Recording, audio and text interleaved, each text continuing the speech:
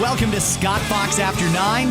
This is one of the final episodes for a little bit. Just so you know, I'm taking next week off. Next week, no podcasts. It's the first week of July. There's a couple holidays in there. A lot of people are on vacation, and I thought if a lot of people are on vacation, that's a good time for me to take a vacation too. So I want to get that out there first and foremost. Next week is an off week. The pod will return after that. And for today, we got a lot of common sense to talk here, so I hope you got a few minutes. And to do that, I'm going to bring in the great Anna Almeida. How are you, Anna? I'm good. I'm ready to chat. I am too. There's a lot of different things on the go, and I think we should probably start off by laying out an agenda. What do you think of that? Please. We're going to talk in this episode about Ontario Place again. Yes. The people who are opposed to Ontario Place are just going over the top to be opposed to Ontario Place. But today, they might have a point. They might have a point. So I'm going to talk about that coming up. And we're going to have a discussion about schools. It's 2025, and a lot of schools still don't have air conditioning. And frankly, I can't wrap my mind around that. I don't understand why. You're right. Because if I hear people complain that they don't have AC in their condos now, just imagine at a school where people don't have options. We're going to talk about that because I think it's important and because I am so sick and tired of these mundane issues. These are things that people assume are just done. And unless you're actually in the school or you have a kid in one, you might not know that these kids are sitting in an oven all day long. We're basically air frying our children. No, and most are hungry too. And they're hungry, yeah. Yeah. And then there's a couple other things that have happened in the last 24 hours that I want to get on your radar. Some of it involving the province of Alberta and more. This just breaking. It appears that there is now a CSIS link between the last Toronto mayoral election and Chinese interference. In other words, what this new CSIS report suggests is that Toronto Mayor Olivia Chow may have benefited from some Chinese election interference. Now, I don't have all the details yet because this is just breaking. It's a full report from CSIS, and I probably wouldn't do a resegment on it unless I've read the whole report. But I'm going to put this out there because it's just starting to break, and my question instinctively for all of you is, should she resign? Ooh. She's not going to. No, gosh, no. There's no integrity in politics at all. None of them have any. But she should step down.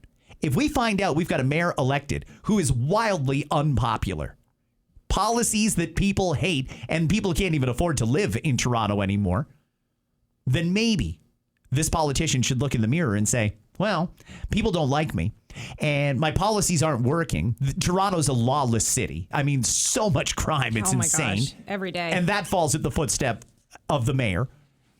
And it turns out there was some Chinese election interference that allowed her to get elected. You would think that that person would step down. But she'd probably look the other way and say, I had nothing to do with that interference. It was outside of my knowledge. This is not fair. Let me just do what I've been doing and continue on. I mean, she wouldn't want to step down. It would be admitting defeat. And I mean, if you're a politician, you want to win. I just, it frustrates me, Anna, you know, like, because I think just yesterday I talked about elections and elections that didn't quite seem all that legitimate. Now, I was talking on the federal level. Municipal, that's a big issue, too. And people don't really pay attention to municipal politics. But one of the things that I think would serve all of us a lot better is if these municipal politicians would just declare their party affiliation. Most of them are far left. Most of the people running our big cities are far left. They would be members of the New Democrats or maybe the left wing of the Liberal Party. Mm-hmm. Wouldn't it be fair to know if you're voting for a conservative mayor, a New Democrat mayor, or a Liberal mayor? Wouldn't that give you a bit better of an idea of what their politics are and where they want to take the city? But mayoral candidates and city councilors, they have a lot of influence. They spend billions in budget.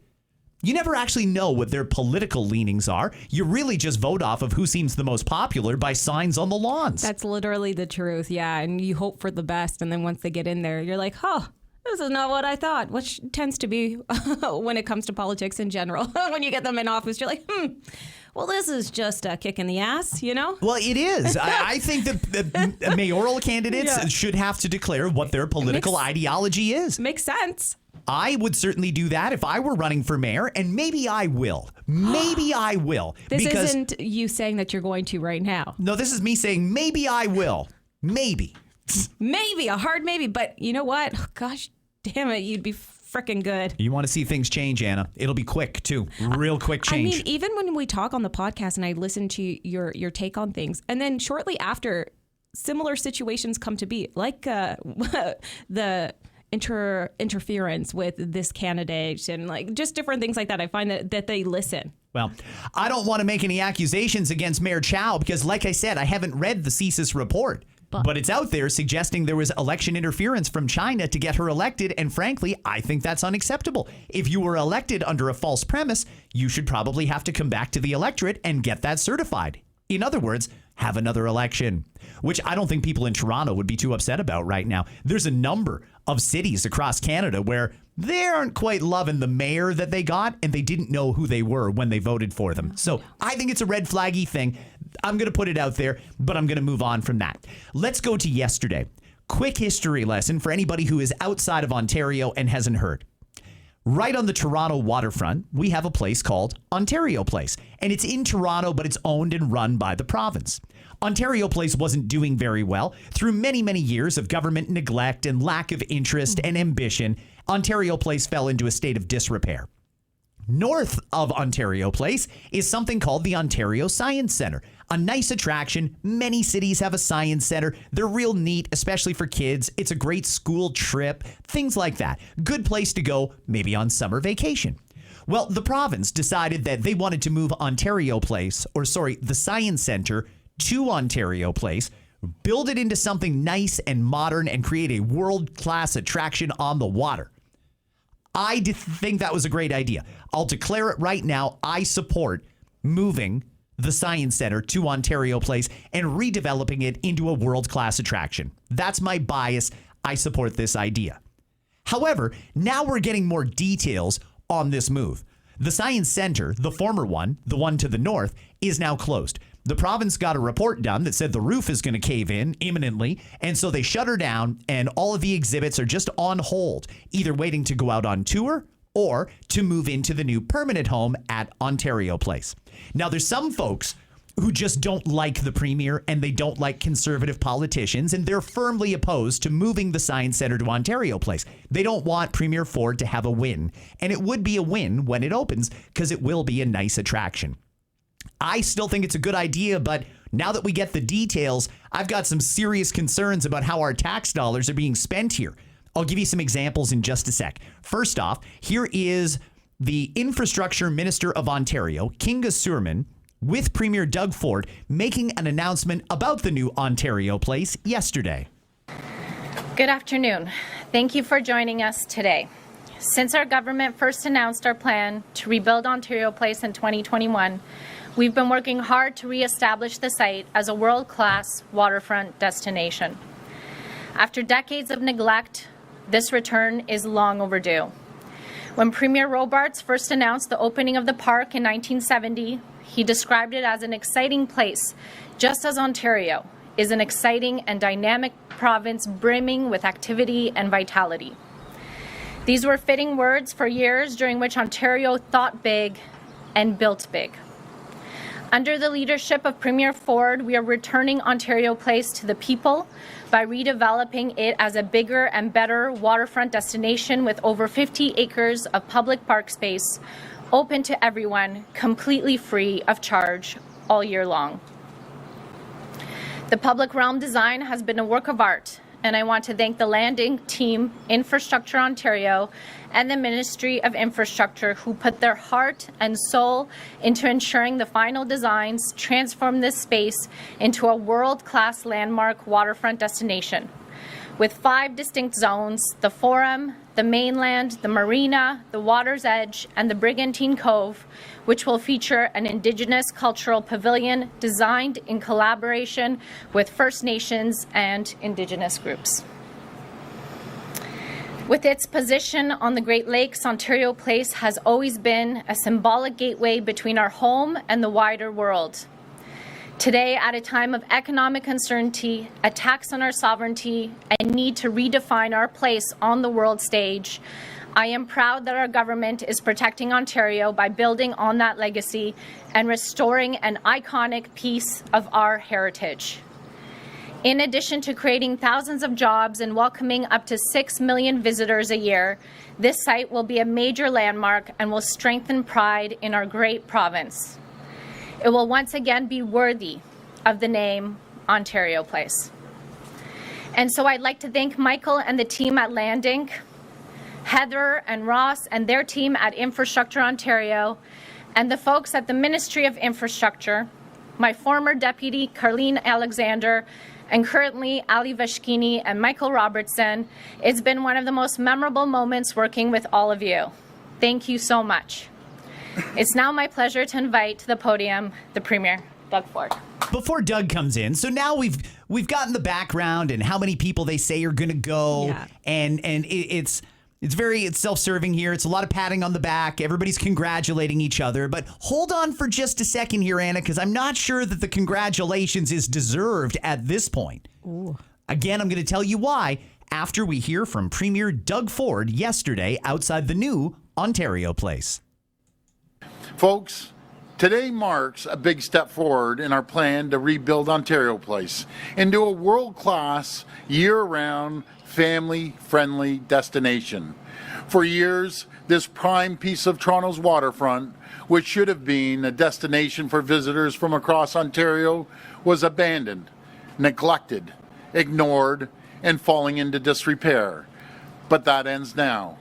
Our government has been working hard to transform Ontario Place and make it a place that people from across Ontario, from around the world, including people living right here in Toronto, can visit and enjoy.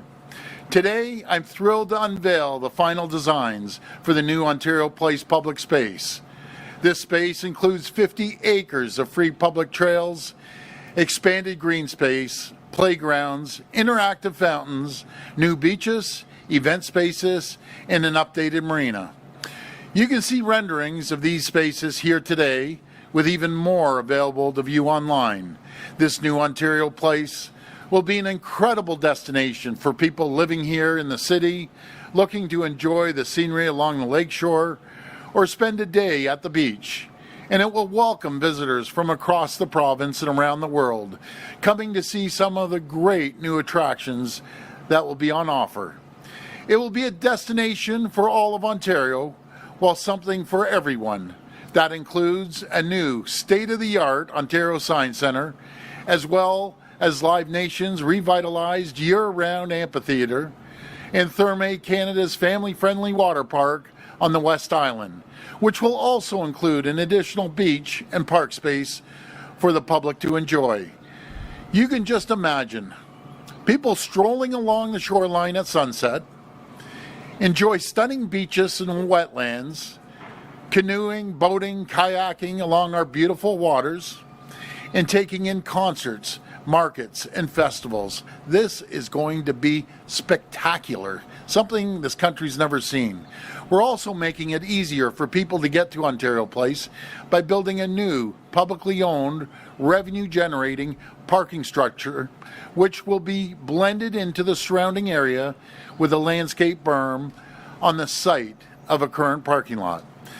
This new parking structure will make it easier for school groups visiting from places like Markham or Mississauga to spend a day at the new Science Centre, and it will make it more convenient for families coming from, let's say, Niagara or London or Durham or anywhere across our province to enjoy a concert or spend the day at the water park. Just imagine that. You can come down here, spend a whole day. You can come to the water park, you can go on the beaches, you can go to the great state-of-the-art, world-class Science Centre, and at nighttime you can wrap up at the concert. It's going to be spectacular. And of course, Ontario Place will be just steps away from the expanded GO train service and the new Ontario Line subway at Exhibition Station, which will make it quick and convenient for visitors from across Toronto, across Ontario, and the Greater Golden Horseshoe. It's all designed to create a world-class, family-friendly waterfront destination that will attract up to 6 million visitors. I'm going to repeat that, 6 million visitors. There'll be nothing comparable in Canada that will have 6 million visitors each and every single year. These investments in Ontario Place will create 5,000 jobs in construction and tourism sectors. Yeah, and those are all temporary. The construction ones, anyway. Yeah. I mean, you can only build it once. Yeah. I'm going to leave the premier there because there's a lot of repeating themselves, but I think the information is good. They're going to attract a lot of people. It's going to be a nice attraction. There's going to be Budweiser stage. That's the Live Nation part. Yep. Thermea's got the spa and a water park. The beaches are going to be free. The trails are going to be free. All that sort of thing. Great. What I'm wondering about is this parking garage that Doug mentioned there, and I'll tell you why. As we found out later in this news conference, someone had to actually ask how much taxpayer money is going to be spent on this parking garage. The answer? $400 million to build a parking garage to hold 1,600 cars. It just sounds outrageous to me. I did some research last night. I had to, Anna. That shocked me. Yes. I'm old enough to remember when spending $1 million of taxpayer money was a huge deal that required an act of parliament and the whole 9 yards. Now governments toss around billions like it's $1 million. It's insanity to me. $400 million. Does it cost that much to build a parking garage? Let's ask ourselves that. I asked AI that last night. AI, how much will it cost me to build a parking structure for 1,600 cars? Do you want to know what it told me, Anna? How much? The most comparable thing that they have is the Toronto Premium Outlets. That's at Trafalgar Road in the 401 in Milton. Yep. They have a 1,600 car parking garage. Do you know how much that one cost? $80 million. Well, where's the disconnect here? I mean, that one's a nice parking lot. I've parked there myself. Sure. $400 million? That makes no sense. Many people have. And you know, Anna, not lost on me here is just about every major hospital has an above ground parking. Almost every major mall has above ground parking. We have all kinds of other attractions that have above ground parking. Do you mean to tell me that every one of those malls and every one of those hospitals spent $400 million on a parking garage? Or, and hear me out, is it possible that the contractor who quoted $400 million is ripping us off? Did we get the best quote possible? Because I have no problem spending money on a parking garage. In fact, I think we need more of them. Case in point, not far from this new redeveloped Ontario place is the Rogers Centre and Scotiabank Arena. Yeah. Combined capacity on any given night in and around 70,000 people, and almost no parking for any of them. You're right. But people have figured it out. They take transit, they take the GO, they take whatever. Maybe they can find one of those lots and they're willing to pay $45 to park for a night. I'm not. Nope. So that's why I don't go to events like that, because there's nowhere to park. Every other major city that has big venues like that has a place to park. But we have gone in a war against the car here in Ontario and across Canada, really. In this case, they are building parking. Great. But do we need to spend $400 million on a parking garage? A prefab parking garage, by the way. So let's do a little math here. The premier points out, yes, it's $400 million to buy to get this garage built. Again, I still think that's completely ludicrous that with a straight face he could look in the camera and just casually say $400 million. What are you talking about? He was like, they'll just ignore that part. But they say they can make $60 million a year in revenue from selling those parking spaces at the garage. $60 million. So, Anna, I did a little bit of math.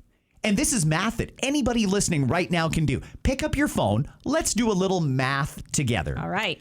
So they say 1,600 parking spaces.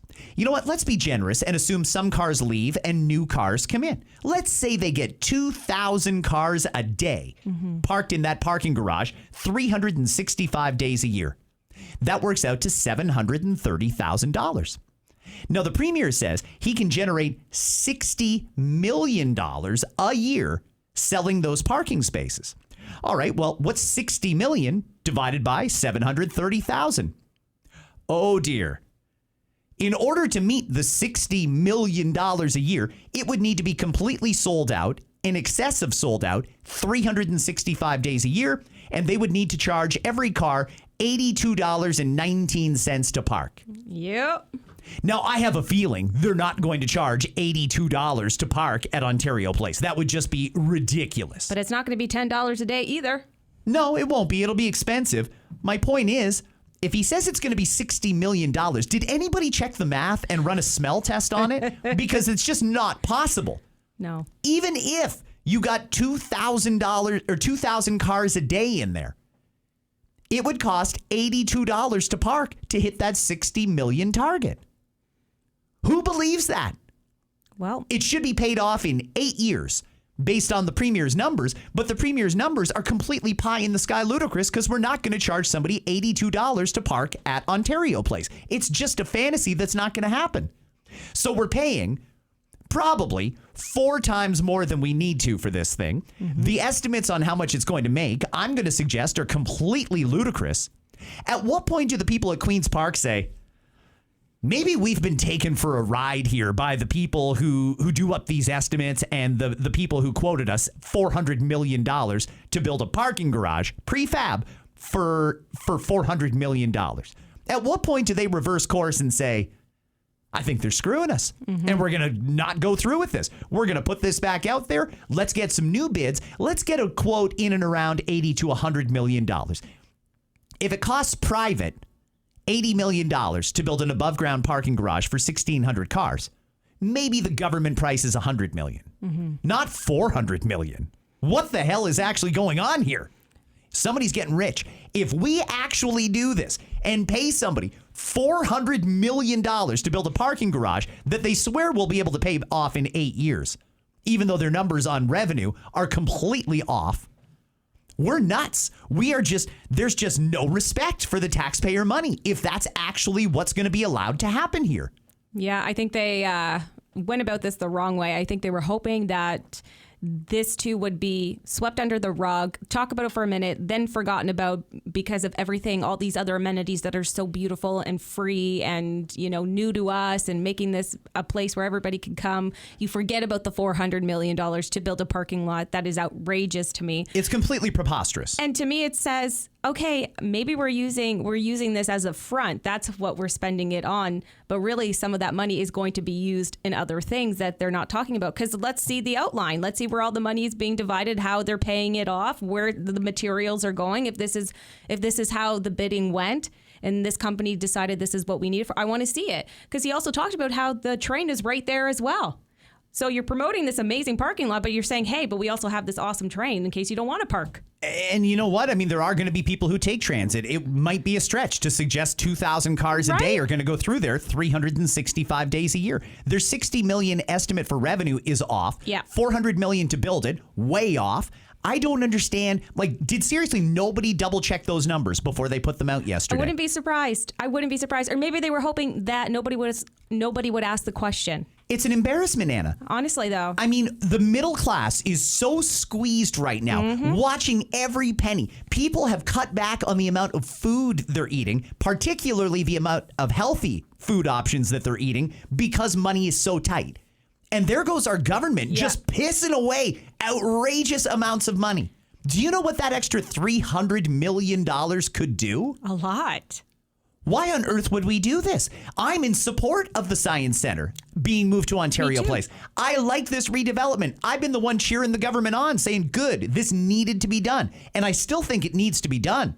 But God, we can't throw common sense completely out the window. What the hell is actually going on here? Apparently, this deal we signed with Thermea to build a spa, I don't know why we need a big spa like that. I think it's nice to have a spa. Yeah. I think it's nice that we have somebody who wants to pay to be there. But apparently part of our deal with Thermea is that we would build this parking structure. Why don't they build it? They're the ones who have got a business going here, not us. Yeah, build it. They will come. We will come to you then, because then we'll have some extra money in our pockets to be able to go and do so. And what about Thermea here? This big spa that they're putting in, because now you've got. It is such an outrageous number that they put out yesterday. $400 million to build it. We'll make $60 million a year off of it. Both those numbers, like I said, are completely off. So now I'm a little more dialed in on the dollars and cents of this Ontario Place redevelopment. And keep in mind, you've got a minister who's in charge of this. This is her job, Kinga Surman here, to get this thing built. Does she not look at the numbers? She must have looked at that number and said, $400 million for a parking garage, we'll get somebody else to build it. And if you can't get a quote lower than $400 million, then why don't we just hire people and have them do it? Make it a government project. It doesn't need to be contracted out. If the companies that build parking garages are going to be that outrageous with their quote just because they know they're billing the government and not a private entity. Any private entity, by the way, would laugh in their face if they told them $400 million for a 1,600 parking space structure. It's outrageous. So back to Thermea here. Every spa I've ever gone to is quite modest in size. Generally, they've got some nice common areas where you can lay around in a robe and sit on a nice couch and read a book. They've got little areas where you can go into a sauna or into a steam room and stuff. They've got rooms for massages and facials and various treatments. But most of these spas can fit inside a strip mall. Why is this giant spa going in here? How many different people can get massaged at one time in this room? Well, they want it to be a tourist attraction and to bring in elite. So if maybe a celebrity's coming to town, they'll want to go there, and it's on the water. They're trying to build. They're going to go to Yorkville.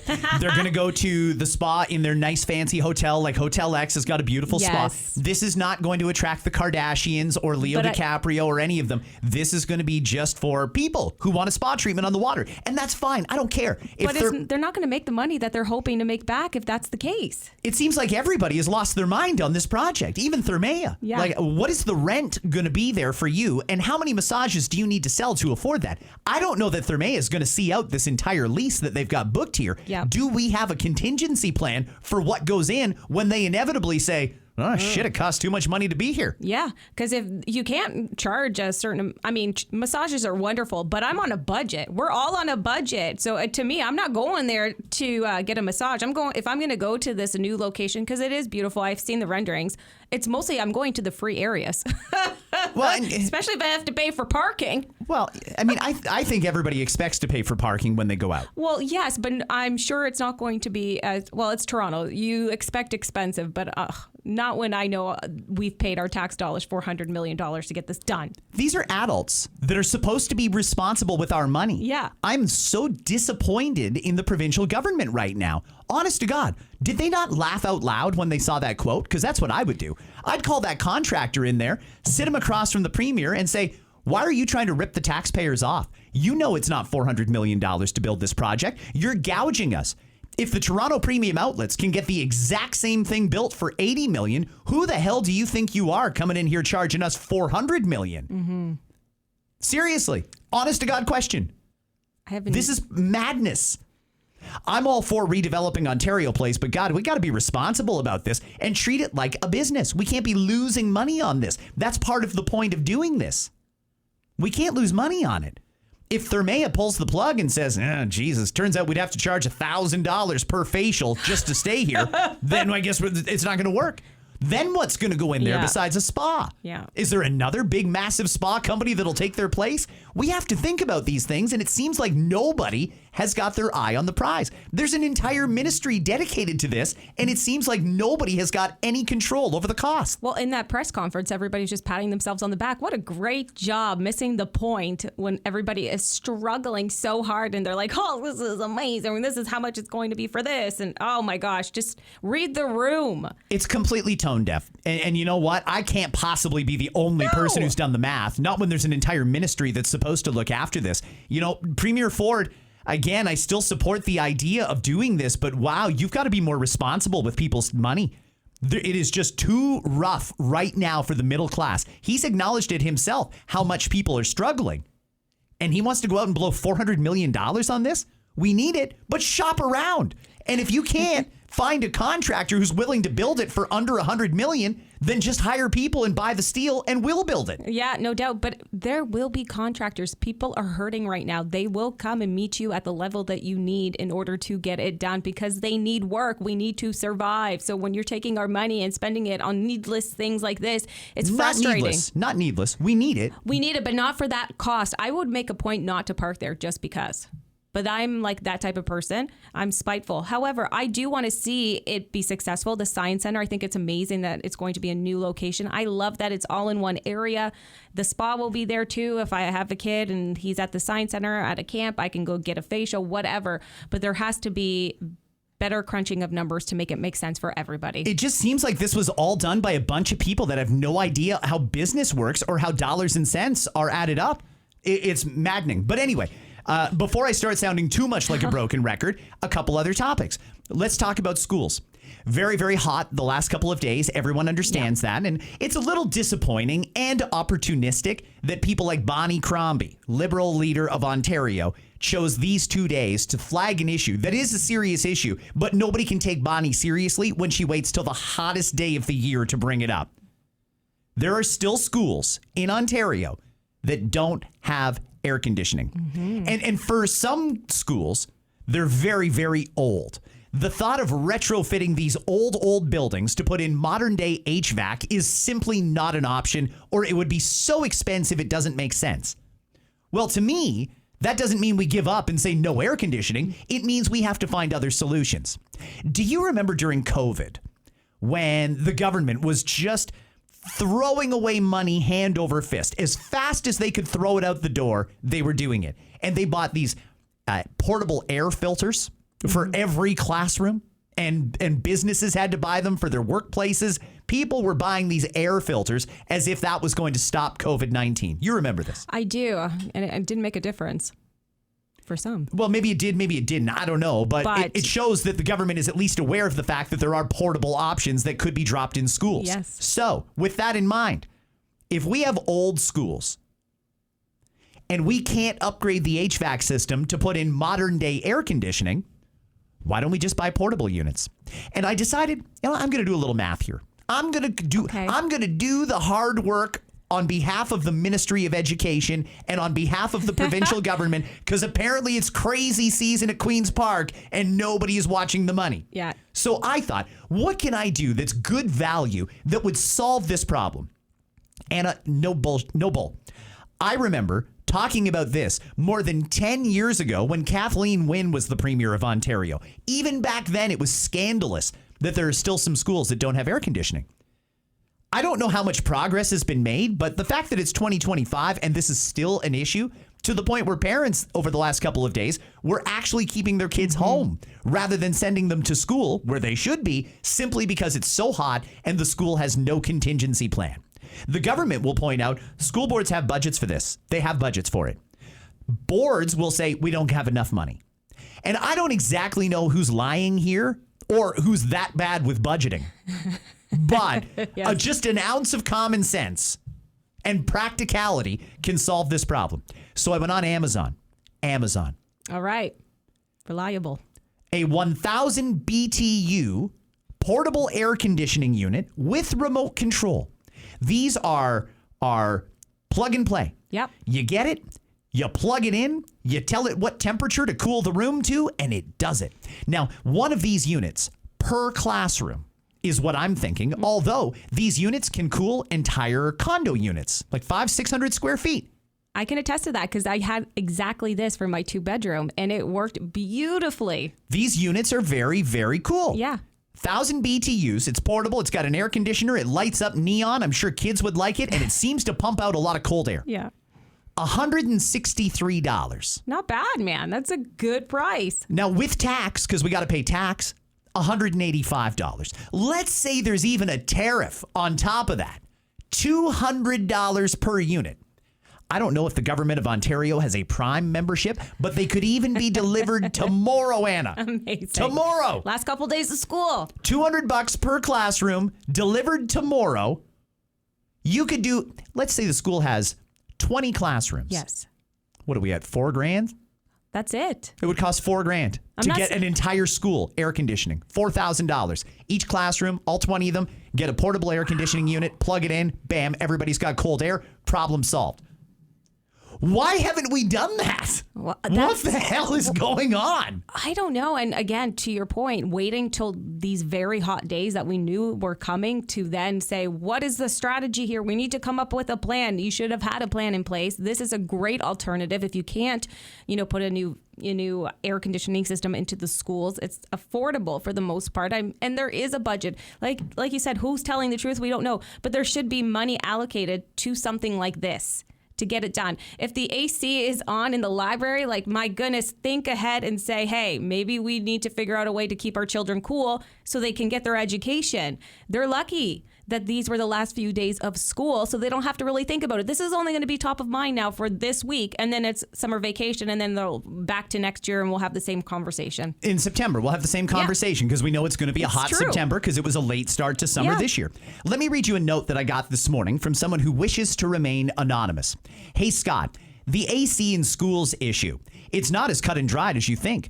I work in the capital and renewal department at the school board. We aren't funded for AC, as the ministry is alluding to. As for buying portable units from Amazon, broader public purchasing, a directive from the government, dictates how we buy things, and it's not as easy as one would think. Please don't use my name, but I'm happy to share the business nuances regarding funding and buildings. Things aren't always as they seem or as our politicians say. Sometimes I wonder if they actually understand the limitations of their own processes and procedures. Wow. Thank you for this. Yeah. Why can't we just get everybody in a room here? Here we've got somebody lying. Somebody is lying. It's either the school boards, the government, or the Ministry of Education. Let's put all three of them up there. Well, three podiums, just like a debate, and let's ask some questions. The government says you've got enough money, school boards. Tell us why you don't have enough money. The ministry maybe thinks you don't need these things. Maybe they've got a procurement policy where we don't buy stuff from Amazon. Why the hell not? You should be buying the cheapest, most effective, and efficient option possible wherever it comes from. Yes. Is this an elbows up nonsense? Is that why a parking garage is going to cost us 5 times more than it should? Right? Oh my gosh. And then that's the thing. Are you losing money? Because if it's too hot for the kids, they don't want to come to school. Then the teachers likely won't want to teach as well. And then you're going to have substitutions come in. And it's just a vicious cycle. And I get it. You know, teachers too, they're already putting in their money for education purposes. But maybe have a fundraiser. I don't know. But No. the kids, Stop that right now. I'm just trying to We're figure out. not doing that. We're not doing a fundraiser for schools to have air conditioning. And by the way, the vast majority of schools do. Okay, the vast majority but there are do. some that do not. It's just the government, come on, step in, help these kids out, help our educators out, make it more, a place where they can actually cool off. Because maybe at home, they don't even have the option either. And you know what? That's on them. I don't care what they've got at home. Yes. I really don't care. I'm talking about a place where kids are mandated to be and staff are paid to be there. We need to provide air conditioning. It's that simple. It's 2025 and there's no excuse for why this isn't done. Why isn't it done is my only question. I want Paul Calandra, the Minister of Education, and a couple of school board reps up on a stage, and I want to ask some questions. Who's lying here?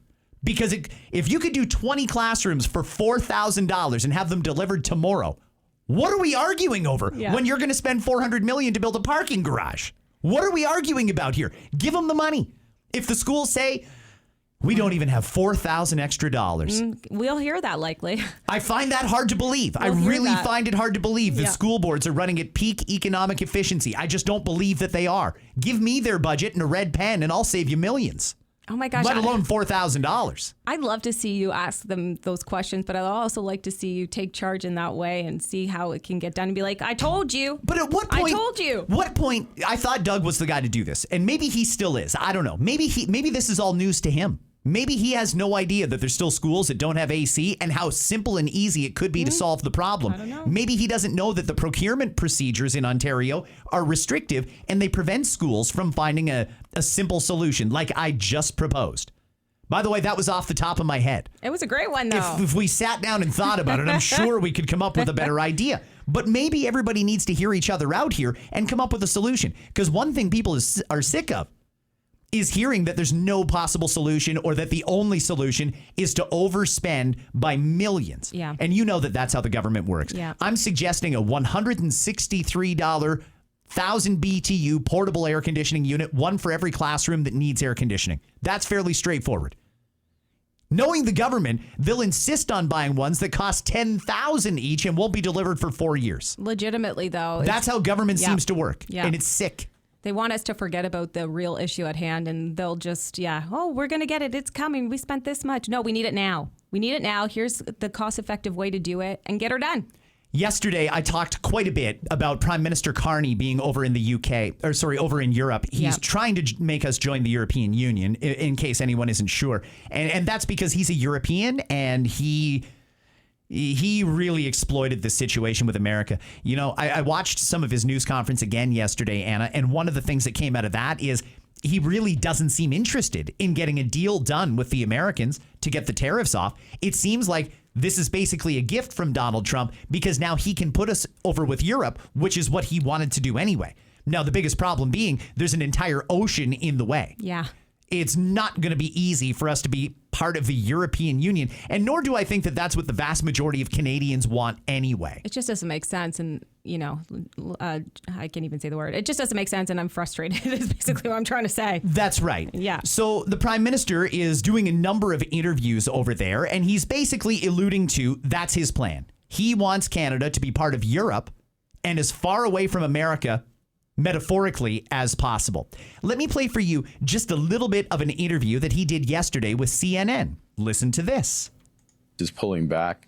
There are others of us who do believe in multilateralism. So, as you know, literally, I'm coming here in the last 12 hours ago. I was in Brussels, agreeing at the Canada-EU summit, agreeing a very comprehensive partnership and a process to have an ever closer economic defense and security partnership between Canada and the EU. That is an example of two jurisdictions, in the case of the EU, that believe in multilateralism, believe in the rule of law, believe in fair and open trade, believe in defense cooperation. Believe in a one world government, believe in the World Economic Forum agenda, believe in all sorts of stuff. Europe is totally in on that stuff, and Mark Carney is as well. That's why he wants his country to be part of Europe. In fact, Mark Carney is the Prime Minister of Canada in 2025, specifically for that reason, to get Canada part of Europe so that it can be controlled as part of that World Economic Forum agenda. And that's not just me speculating, that's proven. I mean, we know it. We're seeing it play out in real time. This is the plan. We will be European before we'll be American. My gosh. And to some people, maybe that's fine. It just doesn't make sense in any practical level whatsoever when you especially consider how much trade we do with America versus how much trade we do with the European Union. Mark Carney is Prime Minister right now for a reason. His job is to get Canada away from America and get us to Europe. All right. Why is he announcing all of this for the first time in Europe and not in Canada? This, I said yesterday, was his most significant foreign policy speech ever. Why didn't he do it in Canada? If you're the Prime Minister of Canada and you're fortunate enough to have a mandate-ish from the Canadian people, and you want to do something completely radical and out of left field, like make us join Europe, you'd think that you would speak to the Canadian people before you go over and tell Europe it's a done deal. Right? Oh, my gosh. Oh, what a slap. It is. Honest to God. When are we going to debate this? Gosh. We don't even have a budget. Yeah. And he now apparently has committed Canada to 5% of GDP to be spent on defense as part of our NATO obligations. And it's real weird because it won't actually kick into 5%, fully 5% until 2035. 3.5% needs to be spent on military, and another 1.5% can be spent on other things.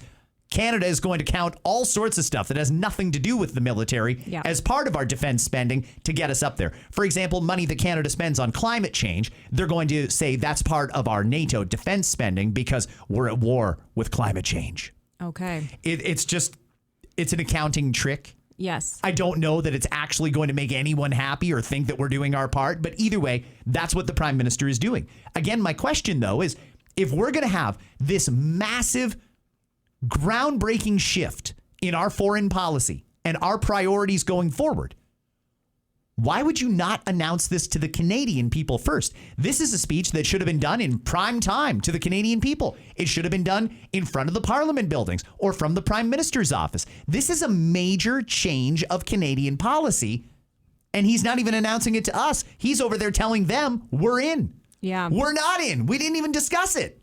It's just wild, and it's the most colorful and confident I've ever heard him speak. It's something obviously that's been in the works that he knew he was going to say and found the opportunity and went and did so. I feel like we cannot turn our backs on the U.S. regardless of your views of politics and who's running their country. We need each other.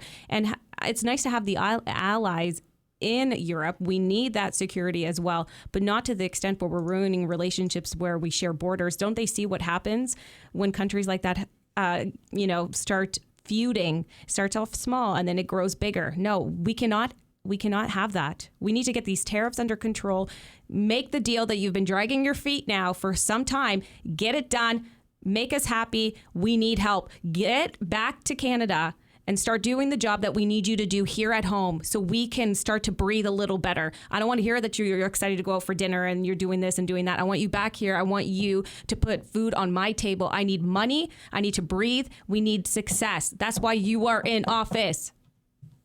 Sorry. Amen. Okay. Amen. But Anna, what you're saying there is so accurate. There's so many people that can relate to every word you just said. How many people are over there watching him gallivant across Europe, spending Nothing. just boatloads of money? All the media's in on this junket, having a great time, and they don't want to cross the prime minister. Just so everybody understands, you're not going to see critical or negative media coverage of this trip.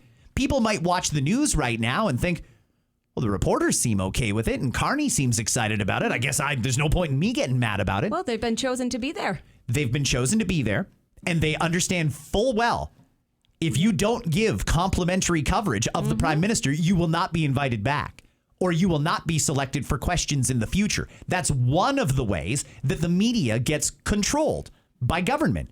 They don't want to lose their perks either, and they're living the high life. When media goes on these junkets with the prime minister, they eat and drink like kings for free. Nice accommodation, and it doesn't cost them a penny. They get all these free trips on basically a private jet all across Europe and around the world. They're not going to be critical of the prime minister, so I got to do it. And podcasts like this have to do it because you're not getting this skepticism from the regular mainstream media. It's just one more reason that they're completely obsolete and ineffective. I got to move on, though, because I see that we're almost at time, and we're past time. Couple other things I want to play for you. One of the things that's come up on this pod before is the topic of property taxes. Yeah. If you buy your home, you own it. That's yours. It's supposed to be. Mm-hmm. But yet the city keeps trying to tell you what to do with it. And if you have a tree on your property, God forbid you want to get rid of a tree on your own property, you've got to go through permits and get all kinds of nonsense in place. The city likes to think that they run your home that you own. They're trying to tell you you can't even leave it vacant. If you leave it vacant for a couple of months, bam, they're going to hit you with a fine. Yep. They want you renting out the house to the strangers. It's wild. I have no interest in doing that, but I also don't want to pay any more tax. Yeah. And the property taxes are crazy. For those who are in other parts of Canada, I'll give you a little snapshot into suburban southern Ontario. I live in Burlington. Do you know what the average home in Burlington is paying in property taxes now, Anna? Close to $10,000? $7,000 a year. Now, I know that I'm not getting $7,000 a year in value. It doesn't cost $7,000 per house on every street to pick up the trash and clear the snow. No doubt. And that's what I expect from the city. But of course, they waste our money on many, many different things.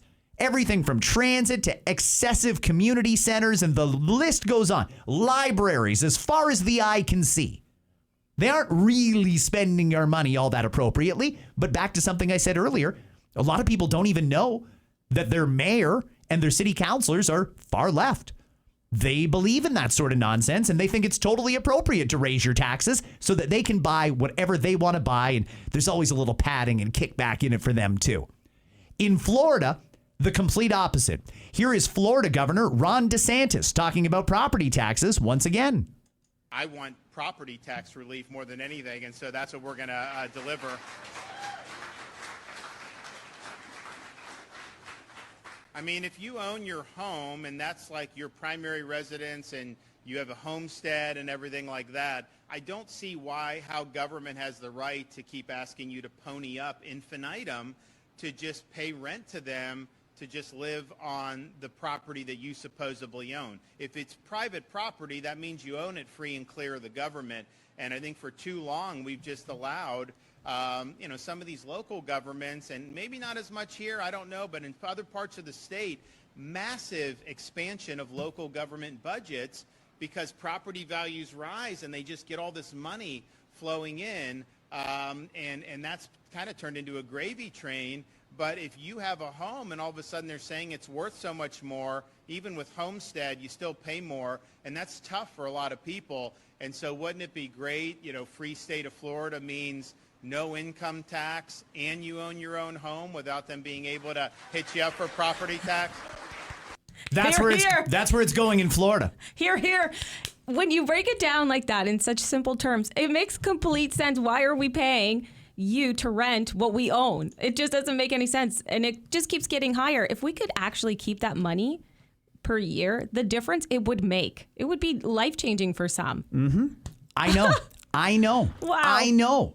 And yet we have the exact opposite thought process here in Ontario and across Canada. It's completely backwards. Oh, gosh. One more. We're going to end on one that's kind of a fun one, and it's a big topic from our morning radio show today. You can hear us weekday mornings, 5:30 till 9 on 92.1 FM. It's called Light 92. In fact, if you tell your smart speaker, hey, Google, play Light 92, it will. It's great. One of the topics that came up today was about the beach. Woohoo. I know not everybody's going to agree with this, but it's a good perspective, and I think it's worth hearing out. This is a TikTok video that has gone viral. Listen.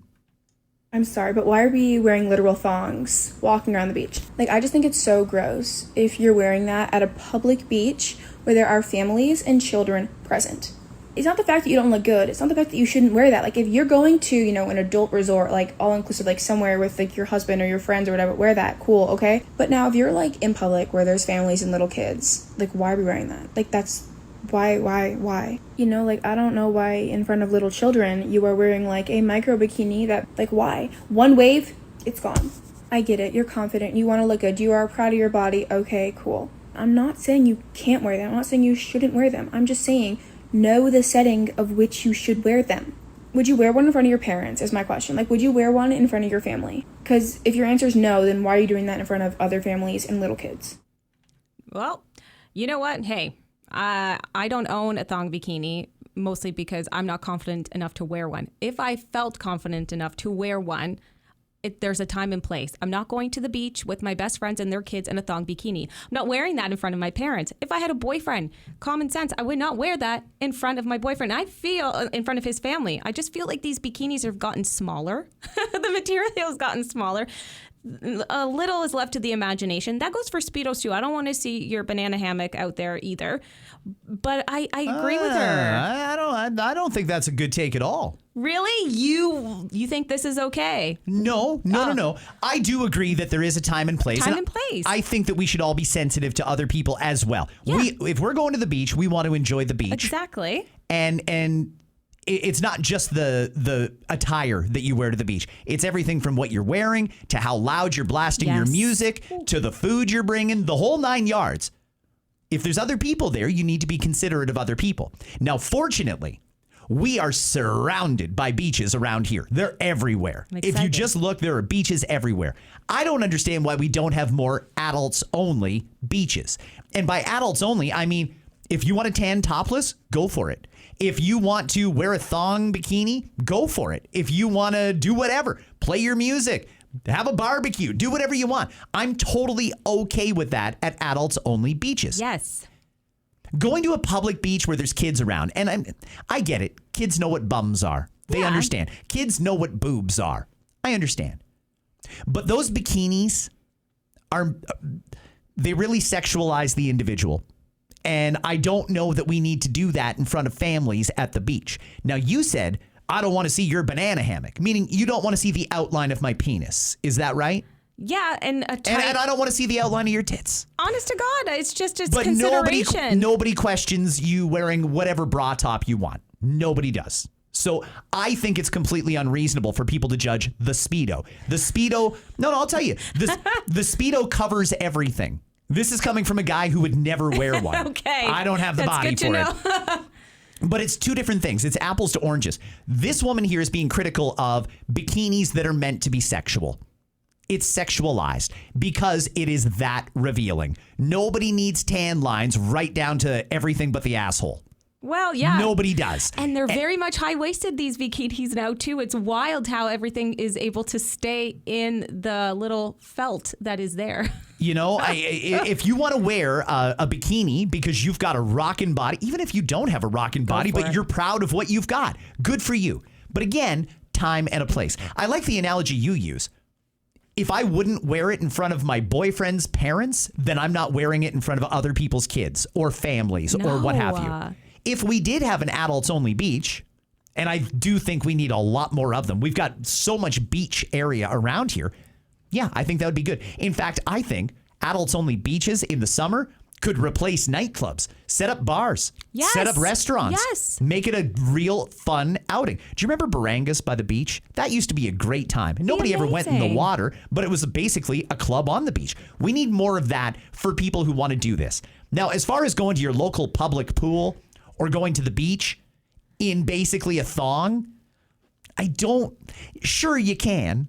But I don't know that you should. And I think that that's where the disconnect is here. Some people really don't appreciate seeing your butt jiggling around. I don't want to see it in my face. And then they're like, oh, you shouldn't be there. It's a public space. I can wear what I want. Yeah, you can. But have some consideration for others being there. That's just being a kind human being. Being a human being is thinking of others as well. Check yourself and then realize, okay, this is not the time and place. I would love an adults only beach. I would love to go there. I could chill. That's my relaxation. I could smoke a J, take in the scenery, not have the tan lines I don't want. And then I don't have to think about the kid next door to me and being like, oh, am I being inappropriate? And even though they're not my children, I don't have kids, I still want to be considerate of other people's experience as well. I don't want to be that bad memory for them. Right. Do you understand what I'm saying, by the way, about the Speedo? Everything is covered.